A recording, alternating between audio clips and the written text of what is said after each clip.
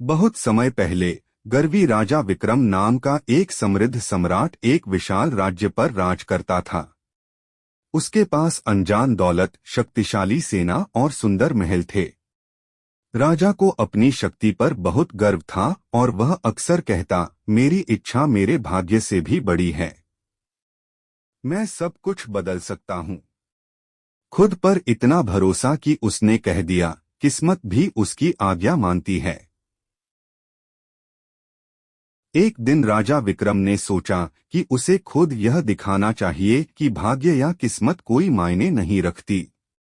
उसने कहा, कल मैं पहाड़ के उस पार जाकर दिखाऊंगा कि मैं किस्मत को भी बदल सकता हूँ। उसने भव्य यात्रा निकाली, लेकिन उसी रात भयंकर तूफान शुरू हो गया।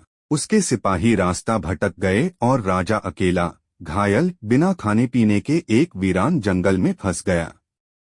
रात भर ठंड और भूख में गूंथे हुए राजा विक्रम ने भाग्य को चुनौती देने की सोची सब बातें याद कीं और पहली बार अपने किए पर पछतावा हुआ। सुबह जब सूरज उगा तो उसे एक बूढ़ा साधु मिला जिसने देखा कि राजा बेचारा किस हाल में है।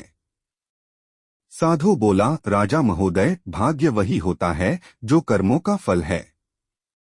तुम आज यहाँ हो क्योंकि तुमने दूसरों का सम्मान करना और सच्चाई समझना नहीं सीखा।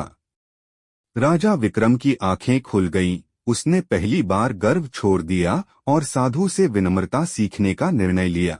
फिलो धीरे धीरे राजा को वापस महल ले जाया गया। अब वह अपने लोगों के बीच निर्दयी और घमंडी राजा नहीं, बल्कि दयालु और समझदार शासक बन चुका था।